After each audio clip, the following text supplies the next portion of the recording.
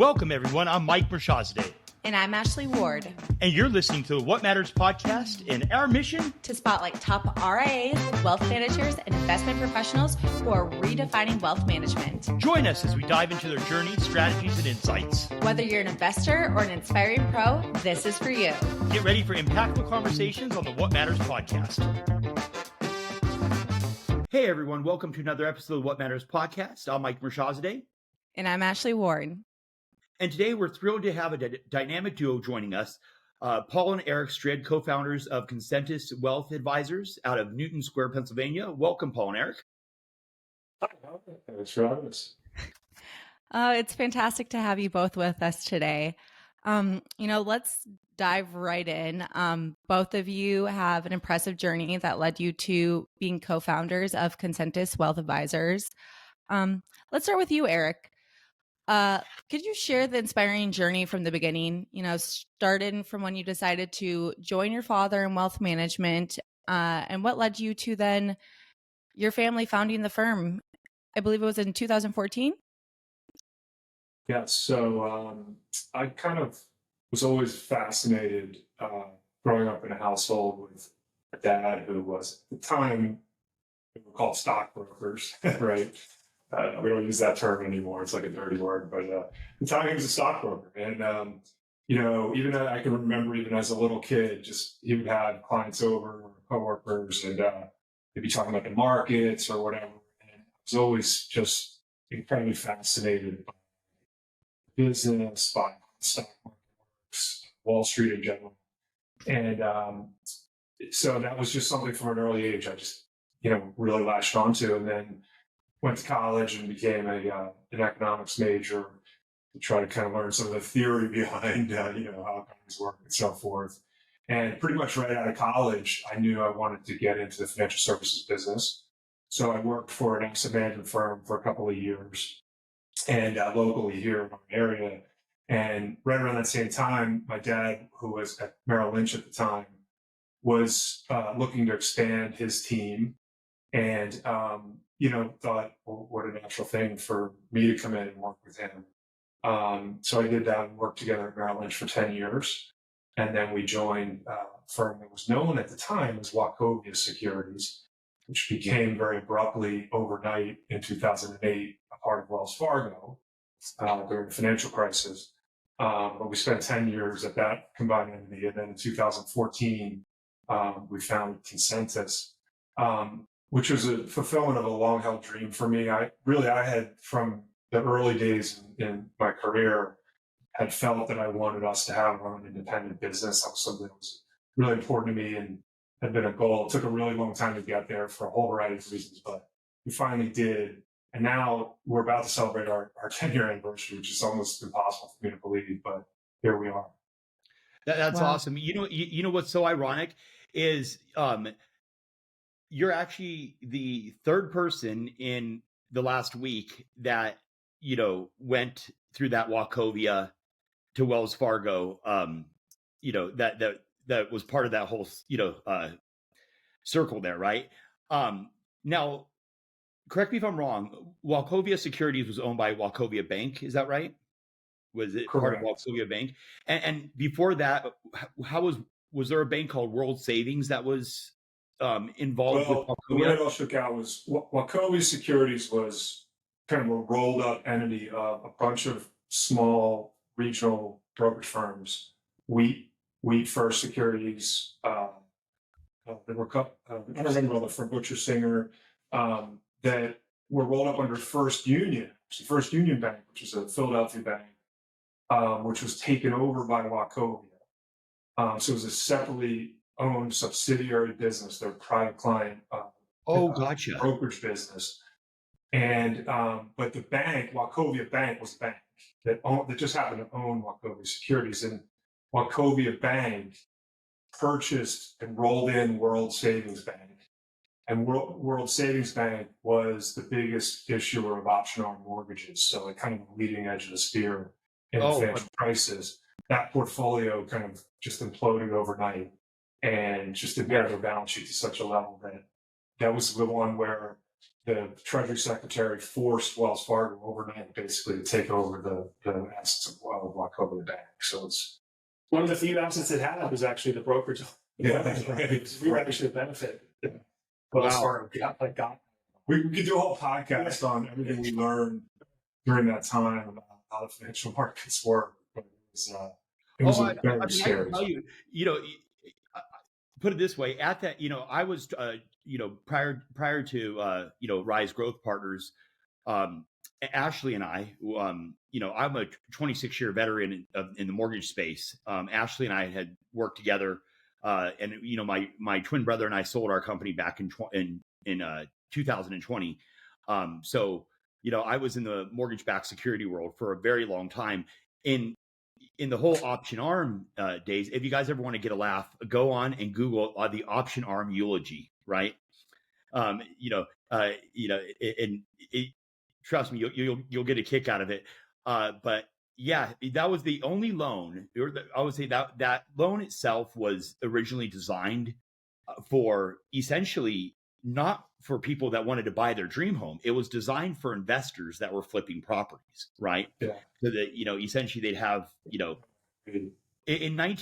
remember in 1995 or 90, was it 95, 97? I remember that in 97 the Saunders, who owned World Savings, I remember a rep coming into our office, and they had their World Savings calculators, and then it was a spinoff of the HP 12C calculator from Hewlett Packard, and it calculated option arms, and it was who to sell it to, and there was a minimum of a 75% loan to value. And that was minimum that they would do it for. And then all of a sudden, as 2004 and 5 come around, you're right, it was like you could do 100% option arms. They do a 90-10, 90% on the option arm on the first, and it would recast at 115% of the loan balance. And I was just like, these were, it was basically a fake payment people would get. I mean, you get people that would, essentially their payment, they'd buy a $2 million house, and their payment would go from $5,000 or $4,500 to $21,000 once the loan. Well, first of all, they get money back at the table. Right. One thing I've learned, being an observer of Wall Street for 30 years now, is like we constantly, you will always have situations where you look back on madness that we concocted ourselves and say, well, how did people get wrapped up? The tech bubble is another example. Like, how did people get wrapped up in all that? How did anyone believe any of that? And yet, it happens again. This keeps happening. And Wachovia was, they were a conservative, stodgy bank from North Carolina. This foray into buying World Savings ended up being a terrible decision, and that was not part of their DNA originally. But that was the world we were living in, and they felt like they had to, stay competitive. So let me ask you guys this. So obviously, you went from Merrill, and then to Wachovia, and then to and then to Wells. I would have taken it that Wells was probably like the breaking point where they have meetings about what their next meeting's about, right? You don't actually get anything accomplished in the meeting. They're just going to talk about what the next meeting is going to be about. But let me ask you this: was that kind of where you guys are like, hey, listen, we got to go do our own thing? I'll say this. I mean, I had wanted to go do our own thing from very early in my career, even when we were at Merrill Lynch. The reason we went to Wachovia was they had a thing called Profit Formula, which is kind of a pseudo-independent platform, like still part of Private Client Group, but it's more independent.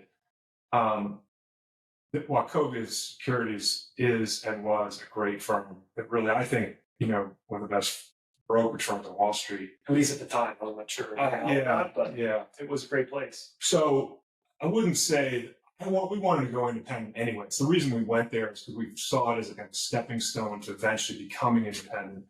But I will also say that, being taken over by Wells really changed the place quite a bit.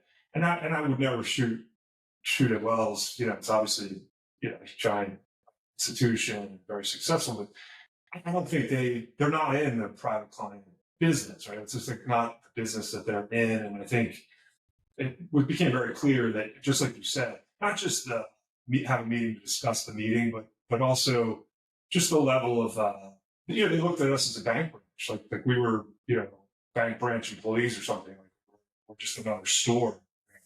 And that's not the culture that we came from. So there was definitely, at least for us, just the policies and procedures and level of, kind of administrivia made it more so than we wanted to, go do our thing. I think there was, kind of death by 1,000 cuts, and we each have our own kind of individual thing that happened. It was probably the final straw for each of us, but I always relate the one story. So we get bought by Wells, this big bank, and we're on the security side. And bank holidays are different necessarily than the securities business holidays. And there was a bank holiday, but we were in the office working. It was a regular, the stock market was open. It's a bank holiday, and our employees had to put on their time off that they were not there because it was a bank holiday. And there was this whole kind of like red tape running around that they had to put on this timekeeping system that drove me crazy. And I was like, no, my employees are in the office. I don't need to worry about some bureaucratic time system. And they would have to take a paid time off day, some other time in the year to make up for the day that they actually were working, but the system said they weren't working. It was just like, enough of this. That's crazy. Going independent, it was like, all right, if we had some stupid rule like that, it was because we decided to make this. So when did the two of you start working together? So Erik and my father were at Merrill Lynch, and right after the tech bubble burst, they, decided that it was time for a variety of reasons to break free of Merrill. And this was 2000. Was it that late? 2003 when we broke. So 2002, I was actually working up in New York at an investment bank and was about to get engaged and wanted to move out of the city. And the timing was right, and they needed someone to come help them. And it just made sense. And I kind of worked behind the scenes for probably 6 months, kind of working on the break while they were actually. So right when we transitioned from there to Wachovia was when I joined. Okay. In 2000, so now 20 years ago. Fast forward 20 years later, here we are. And then in 2014, we broke from Wells Fargo, Wachovia, and then Wells Fargo to our own firm. Thank you for sharing. Gotcha. Yeah. We're having a 10-year anniversary on February 19th, which I can't. Very none of us can exciting. believe it. Yeah. So, Paul, were you like your brother? Did you always kind of know you wanted to follow, your dad's footsteps, kind of go into finance, or? Not quite. It always interested me, and I grew up with it, so it always was something that I remember buying stocks when I was young, and with my dad. Not all of them worked. I'm looking at the stock quotes in the newspaper every once in a while.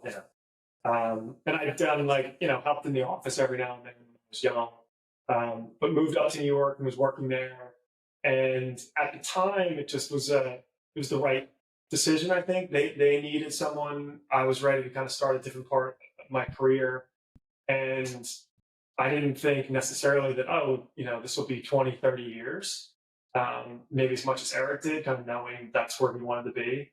But here we are 20 years later, and I'm happy that I made that decision. And it's a great lifestyle to have.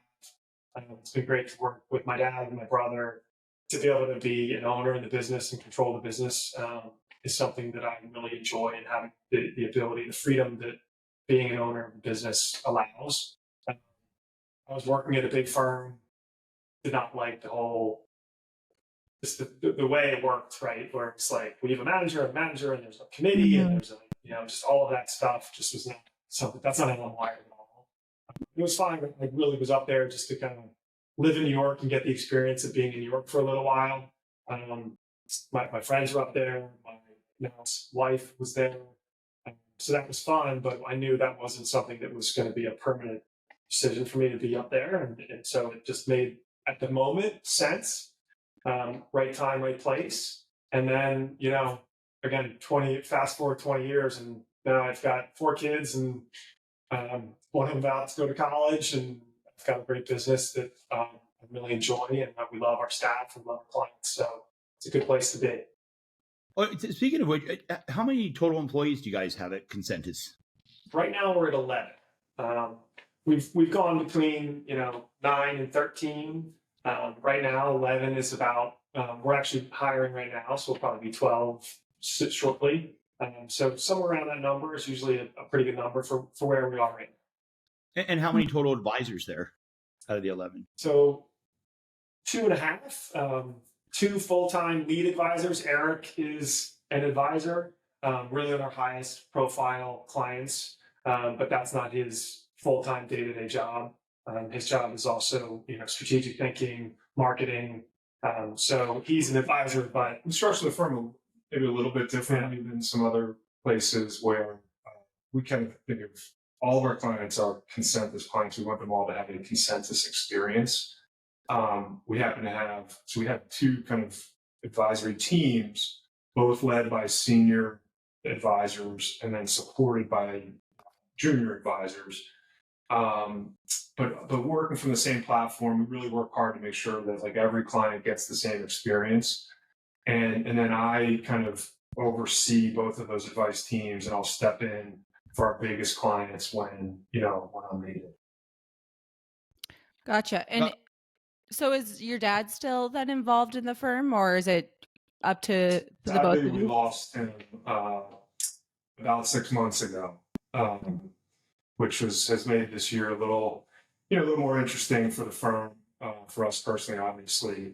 But it's a blessing that he was part. In fact, I was telling the story the other day that he spent a couple months in the hospital right at the end of his life, but the day before he went into the hospital, the reason we knew he had to go into the hospital was because he had a fall here in our office, and our staff, we weren't in the office, and our staff kind of helped him get home, and it was when we realized he had to go to the hospital. So the point is, his dream for his whole life was, that his greatest fear was that we were going to kick him out because he was getting too old.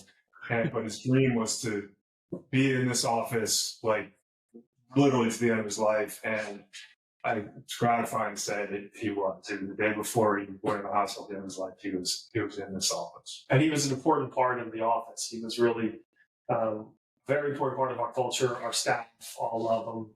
Like Erik said, they took care of him on the day that he really needed them. We weren't even here. Yeah. And they, actually they found him in the hallway coming back from going to the restroom, and he had fallen, and one of our staff saw him, and they got him up, took care of him, took him home, drove him home, which I think really for Erik and I, that meant a lot, how much they cared for him when we weren't even here. But he's a big part of what we were trying to build here and what we're going to try and build in the future.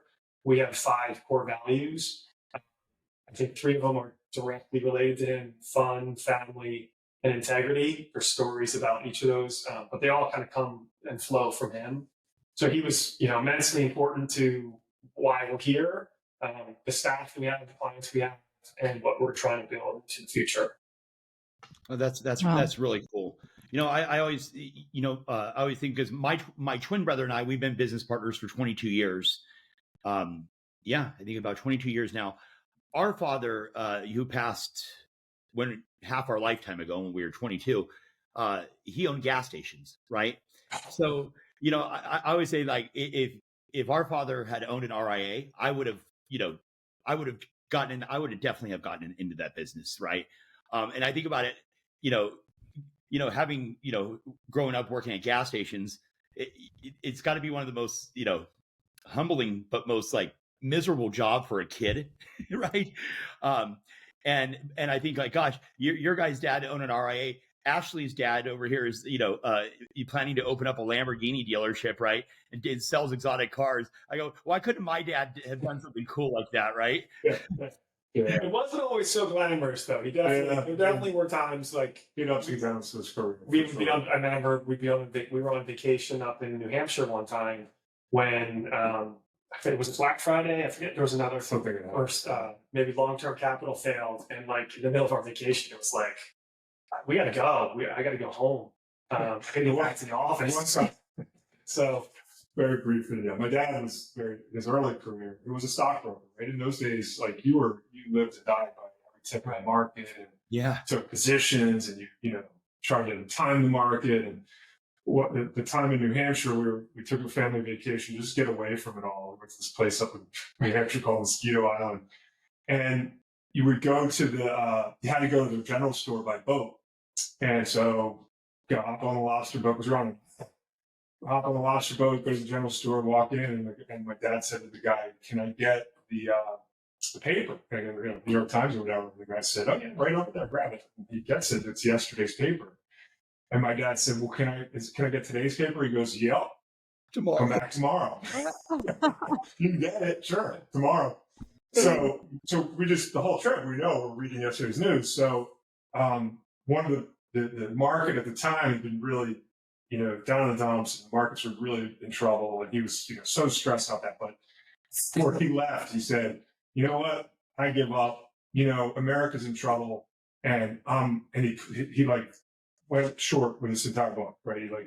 He went short as he could. What year was this?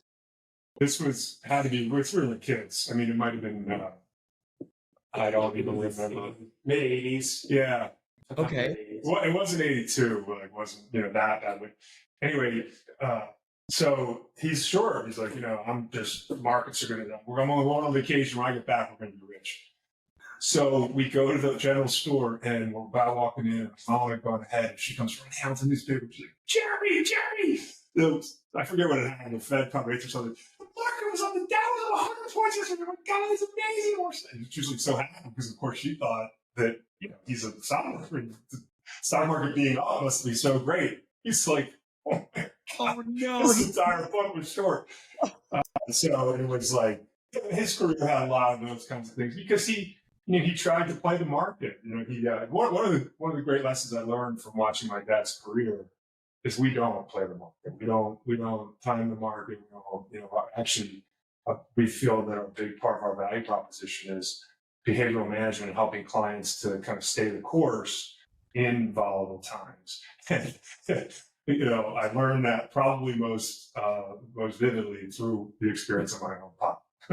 It's a big, Erik joining my dad was a big change. I mean, it took a little bit of time, but when Erik came in, it was much more about, hey, Dad, we need to be talking about like their whole financial picture and become more like, maybe we need to do more of a planning approach and a team approach. And that was like revolutionary at the time, right? Like his office was get an order done, go put a ticket in, and that was a commission for you. And I think we were in some ways ahead of the time a little bit in getting to where it's now like advisory business, fee for advice. Those concepts were new. They were foreign at the time. And now that's what everybody does. But I think my dad and Erik kind of pushing him because he would not have done that on his own, I don't think. But they kind of started that probably a couple of years prior to it really, like, embracing a wrap account back then. Nobody really knew what that was. And they were one of the first ones to really understand it and utilize it the right way. Well, let me ask you this. So you guys have built Concentus now to around 700, 800 million is that of AUM? Is that correct? Yeah, a little over 800. Yep. Wow. And talk to us about that. Obviously, it's been organic growth, and where are you guys going with everything? Where do you see the company at in, let's say, the next 5 years or even the next 10 years? We Paul and I have a growth mindset. Like I'm 54 now. And, I know, a lot of my friends are kind of thinking about 5 more years and maybe retire or slow down.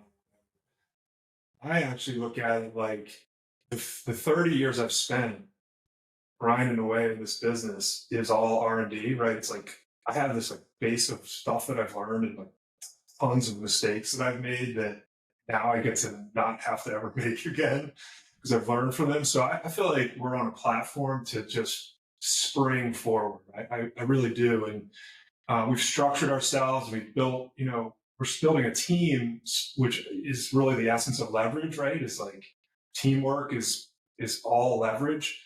So anyway, so our kind of headline goal that we talk with our staff about all the time is 10 times in 10 years. You know, we want to 10 times our business. We'd like to be, you know, managing $5, $7, $8 billion 10 years from now.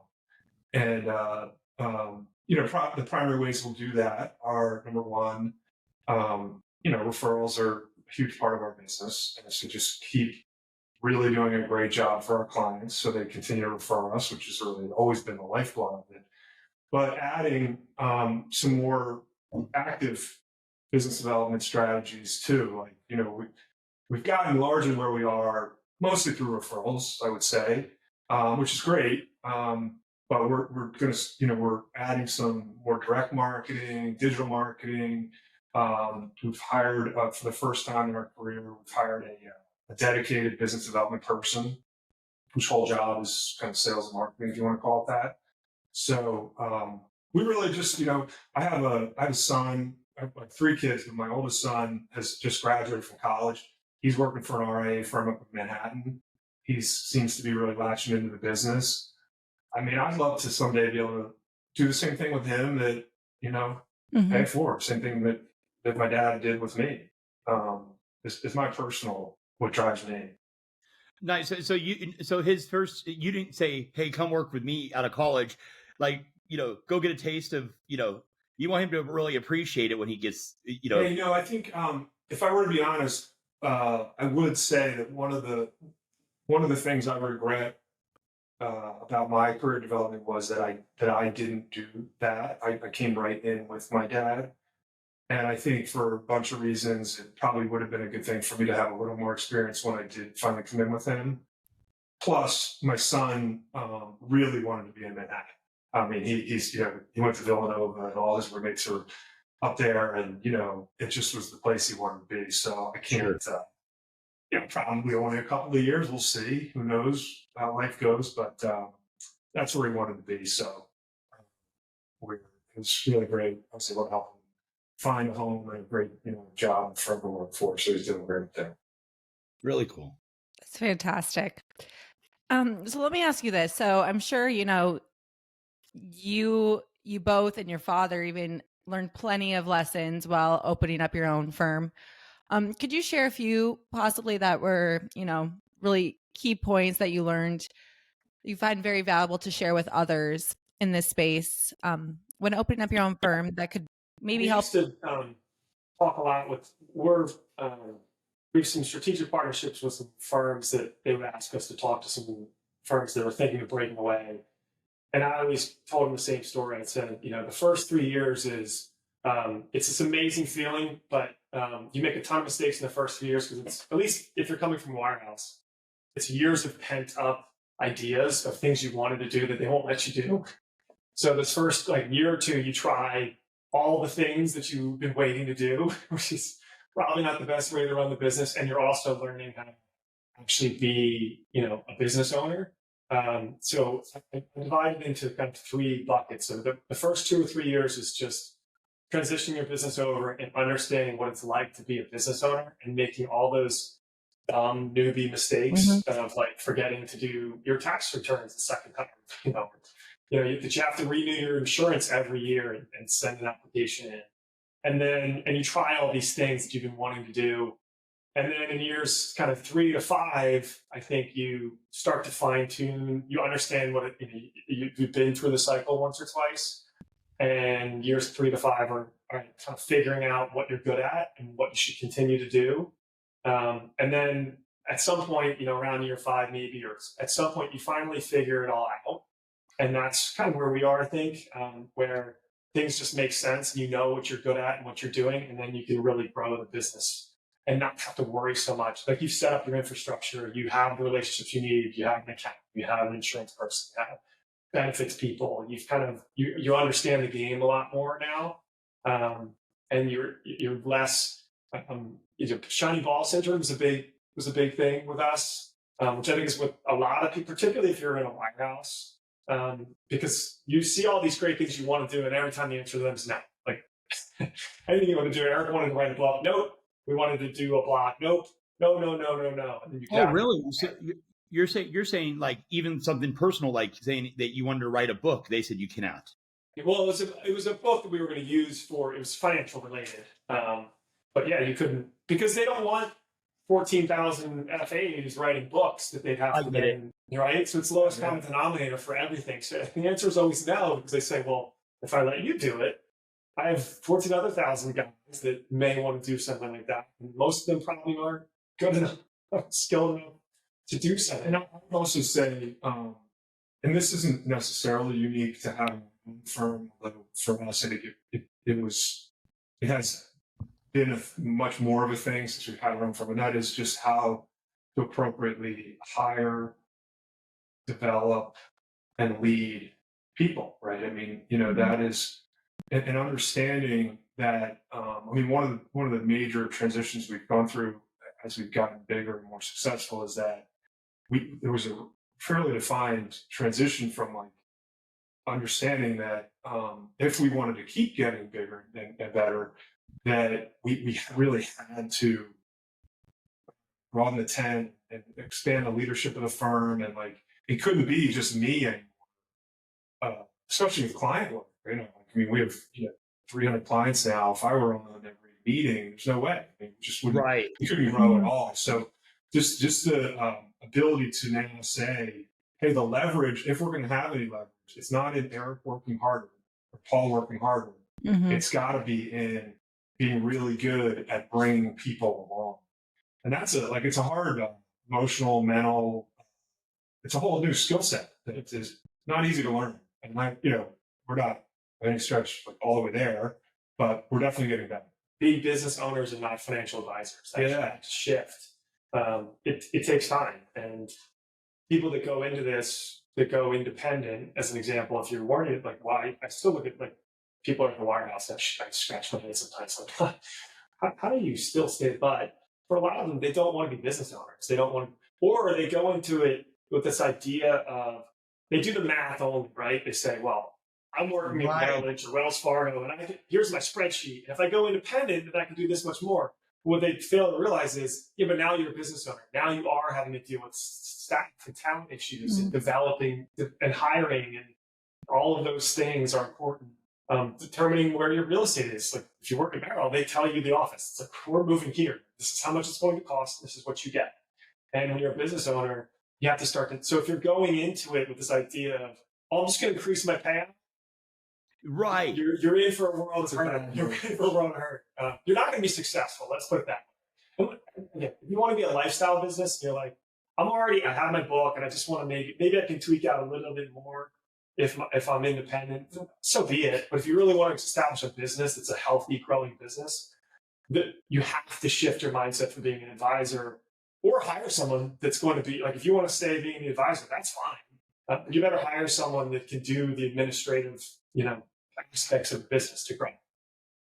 Yeah, that resonates a lot with me, right? Because my twin brother and I have been in business with each other since we were 22 years old, and at that young of an age, right? Gosh, I mean, I got to tell you, off the record, we would get in fist fights in front of our employees at that age. It was. We think back, and we've had reunions with some of our employees, and some very laughable moments, right? We've had them.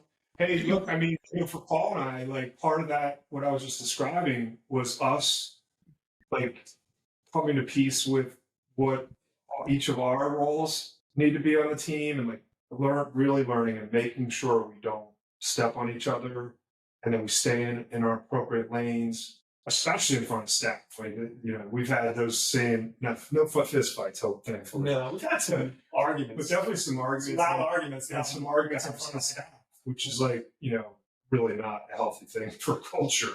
So that's a huge, especially, if you have co-leaders of a business, you better figure out early on what each other's strengths are and what each other's roles need to be.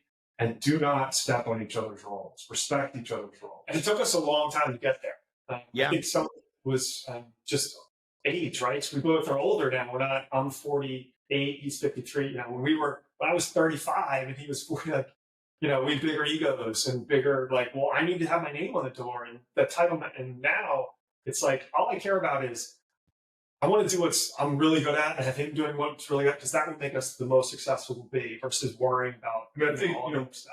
One of the things that's absolutely critical in regard to that, I think for any business, and something that we did and it took some time to do, but the first thing you have to do is sit down and create a shared vision of what you want the firm to look like, like what your vision is of how this place is going to operate, what our value proposition is going to be, what kind of staff we're going to have, what org chart's going to look like, and then once you have that shared vision that you're both bought into, then you can start to.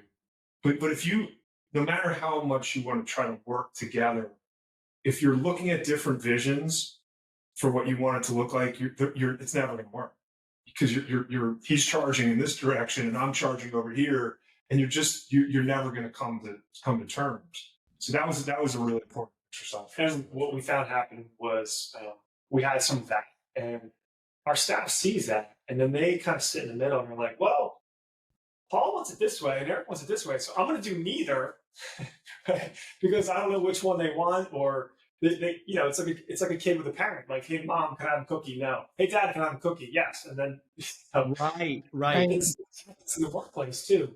So it made it really challenging for us to manage our staff, because they were like, well, Paul's saying one thing, but then Eric tells me that that's not that important and I should be concentrating on something else.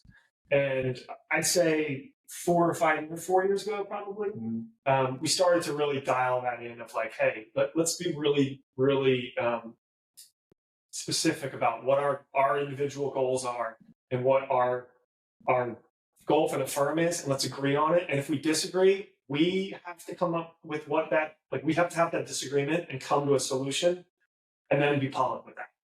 And if we had two different visions, like if Eric decided, like, I want this to be a lifestyle business, and I'm saying, we're growth, man, grow, it's not going to work. And your staff's going to get caught in between it. And we definitely floundered for a little while, for a couple of years, because of that. By not really being distinct about what we wanted to go. I totally feel that. And, I could say in conclusion to, that topic, I would say now, my brother and I, we get along so well at this stage in our game, right? Like, because we know, that we've had so many, trials and tribulations, especially being in a cyclical business like the mortgage industry for so many years. And, I would say now we have probably the utmost and the most amount of respect for each other as business partners and as brothers.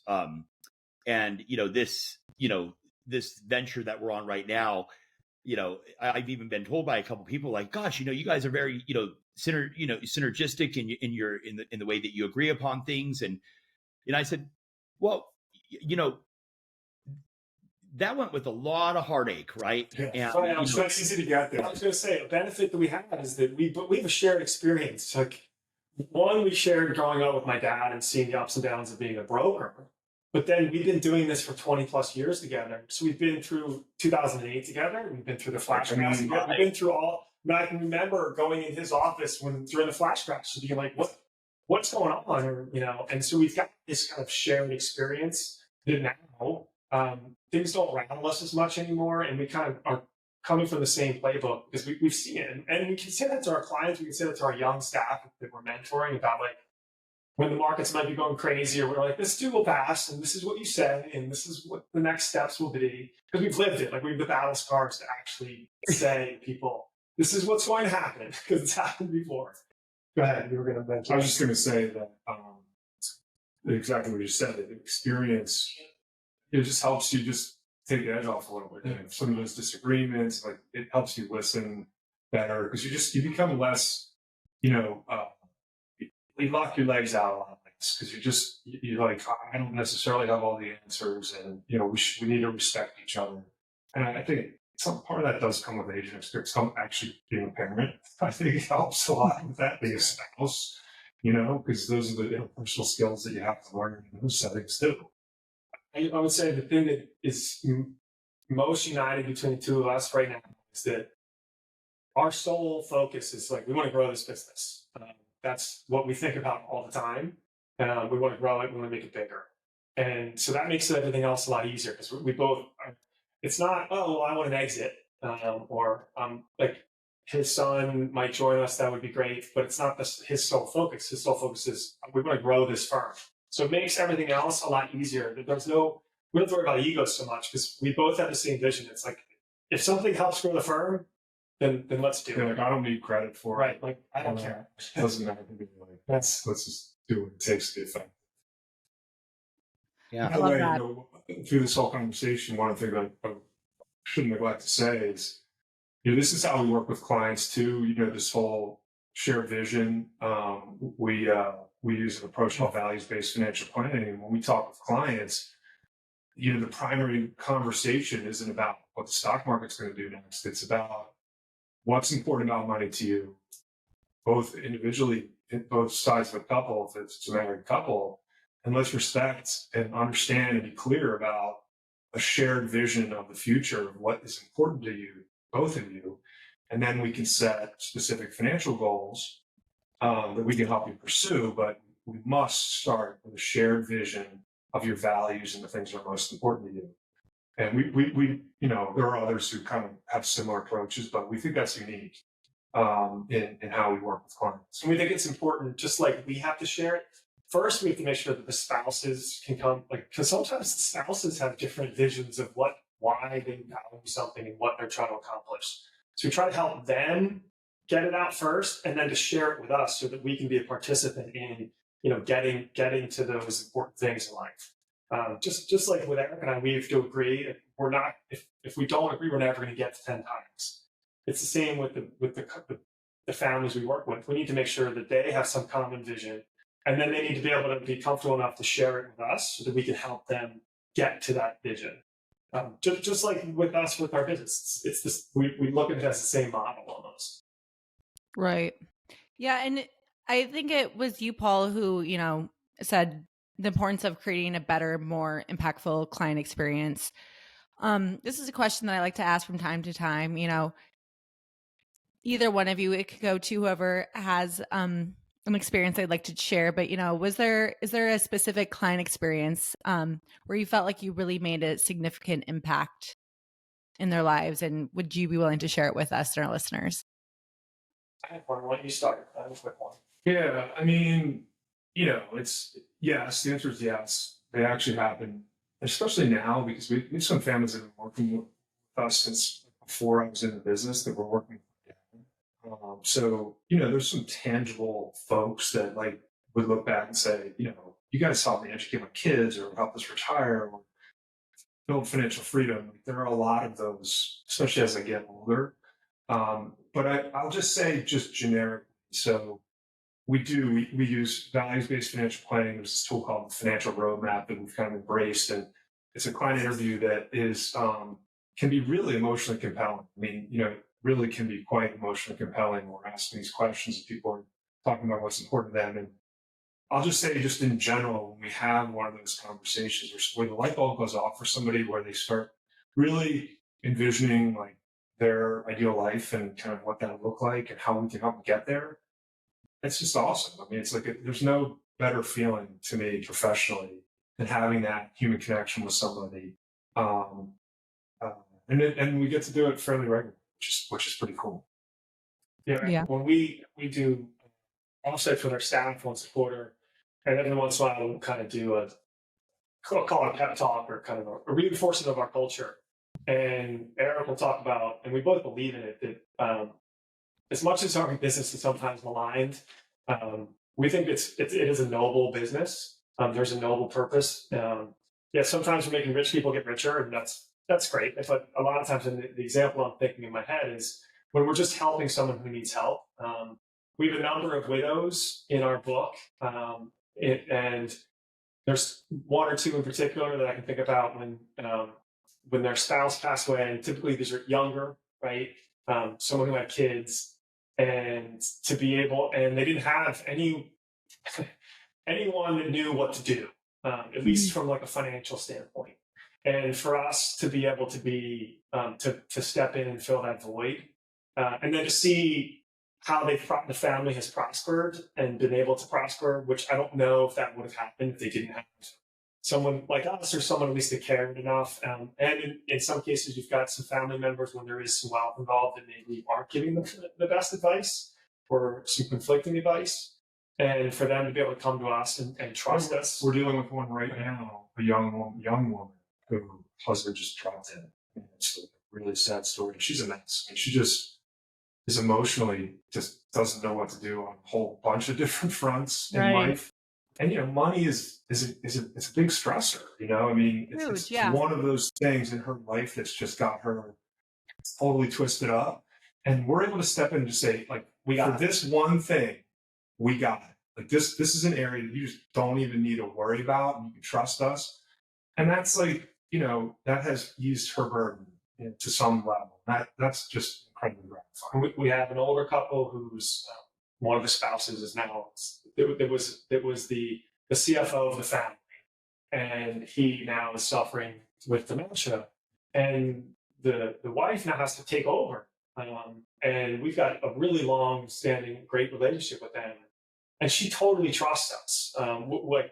We're her. I don't want to say her safety, but we're a place where she can go and talk to us anytime she needs. They're 80 years old, and she's really. I mean, they have a lot of money, but she's really worried about it. Just naturally, she's verging to run out of money. I'm not going to be able to take care of him. He's got dementia.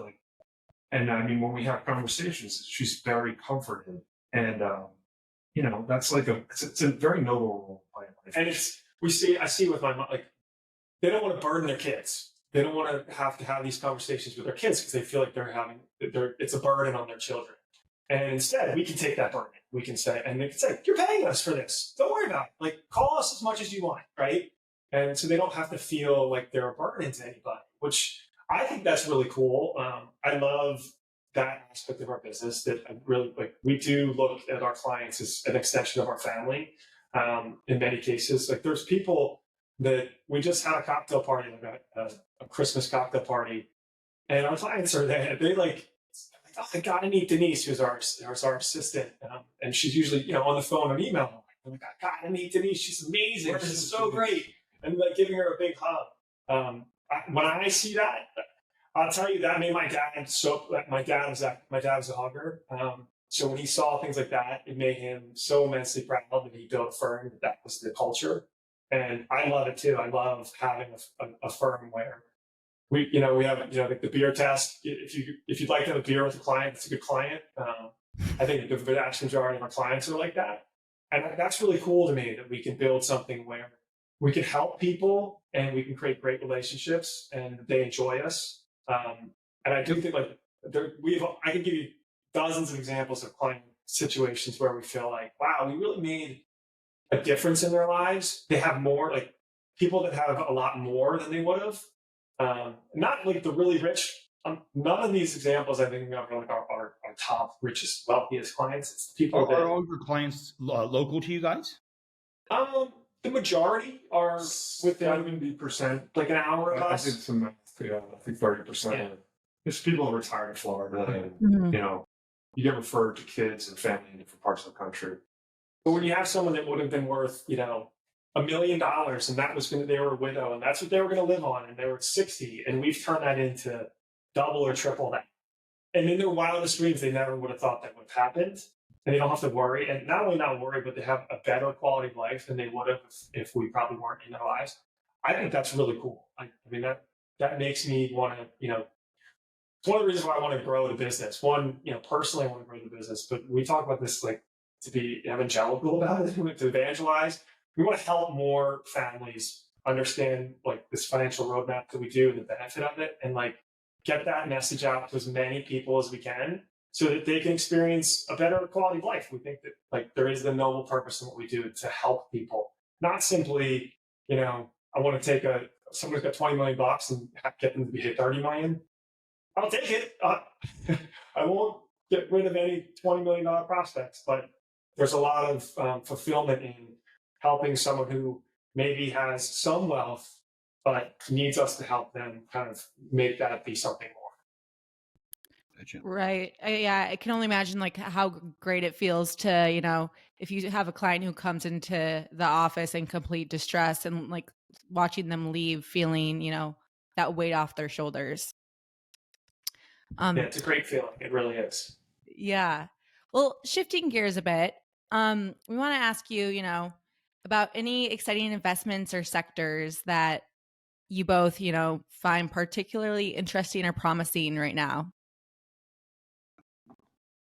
I mean, that's not really kind of how we, work. We're big believers in diversification and actually not kind of getting overly excited about any particular sector or whatever, because very often you can end up with the tech bubble, right? I mean, I will say in general, like, there's no doubt in my mind that the reason why tech stocks have been so amazing or whatever is because clearly for the next, decades, technology is just going to just do so much for the I mean, I've written a lot about, I'm a writer, and about the idea that, we're in the first or second inning of the internet, mobile technology. Like, we kind of take it for granted, but when the printing press was invented, right, like, it changed the world in amazingly far-reaching ways, and one of which was prosperity. And for centuries, not just for I mean, the iPhone came out in 2007, I think it was. Yeah. Well, like, we're in the second inning, right? Your mind will be blown. 20 years from now, 10 years from now, like, some of the things that, artificial intelligence, the things that we haven't even dreamt of. I just wrote a thing. When NASA launched the first rocket, he put the first guys on the moon, all the computing power on Earth was less than is in your iPhone in your pocket. Think about that. Really? Yeah. Your iPhone has more computing power than the entire human race had when they put astronauts on the moon, right? And think about how long it took to put astronauts on the moon. How there was a time when people would have thought, no way could a man walk on the moon. Like, that's never happening. And so then fast forward by 30 years or whatever, and a third grader has more computing power in her backpack going to school than existed on Earth. There are technologies in an iPhone that when I was born, not only didn't they exist, but no one could have conceived of, like, a GPS device in your back pocket that could track where you are in the world. Like, not only wasn't it possible, it wasn't conceivable. Right. Yeah. So there will be things 10 years from now that we can't even dream. We can't even think, because you can't think linearly about technology. It's like things happen that are like, oh my God, we never even dreamt that could be a thing. And now all of a sudden it's a thing. Now it's something we take for granted. You could get in an airplane and text somebody. Like, what? When I was born, that would have been, if you had told my grandfather that would be something that his grandson would someday do, like, what are you even talking about? Like, so a long-winded answer, but as a investment thesis, well, there will be ups and downs to all that, just like anything. But all technology is everything. Technology is productivity, it's growth, it's advancement, and that's true for the entire length of the human race. I'd say as it relates to our business, we're very bullish on technology in our business. That I think it's going to change. I think our business is going to change faster than people realize too. I think artificial intelligence and the ability to be more efficient and to do more with less. So that what I was just saying before, we want to get our message out to more people and service more people. I think in the coming much nearer term than I think a lot of advisors realize, that's going to be true in the we're going to be able to be more efficient and service more people, because in particularly artificial intelligence and just technology development in general, it's going to be easier and easier. One of the reasons the wirehouses were so successful is because they had the capital budgets to spend on technology to create a platform for advisors, right?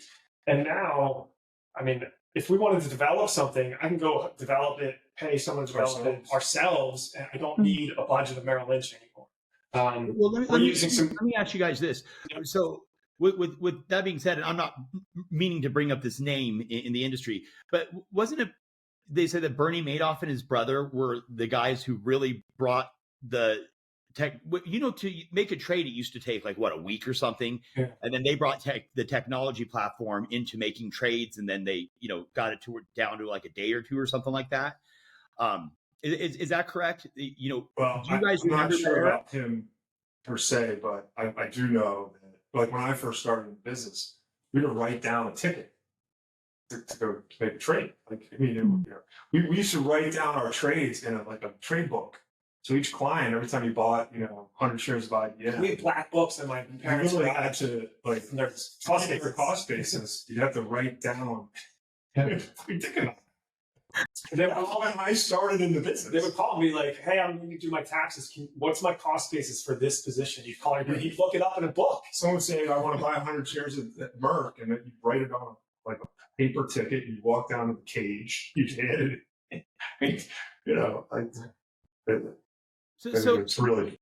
With that being said, there's, we've talked about different sectors, and when you said something about the first iPhone coming out, and nowadays, markets rebound more quickly. Yep.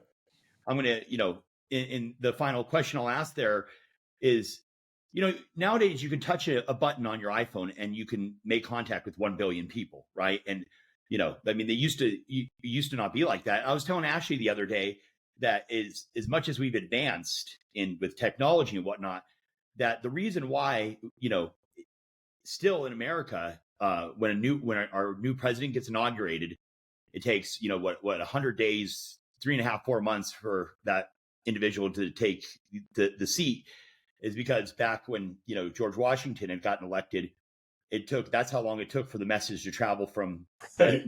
West. And we still have that same antiquated policy in there. But speaking of the future of the market, what's your guys' outlook on that? I mean, we've had some unprecedented events go on. We've had the 10-year Treasury go from 0.5 to 5, with a dozen or so rate increases. Just the other day they said there's going to be 3 rate decreases. Give us your opinion. Look, I mean, if you really read and become a student of the financial markets throughout history, there's nothing new under the sun. I mean, I know we all want to think there is, and we all think there's new risks, and technology is changing how things go, but that's the name of the game. Like, that's how it goes. It's always been true. When they first, when the difference between when I started the business, we used to do paper tickets, and now they're doing high frequency trading. Like, we're still okay. Markets are still functioning, and it's fundamentally, it's not any different. It really isn't. Fundamentally, Wall Street is about creating capital for corporate America, right? It's like, their equity and debt, and it's just a function of it's a liquid capital market.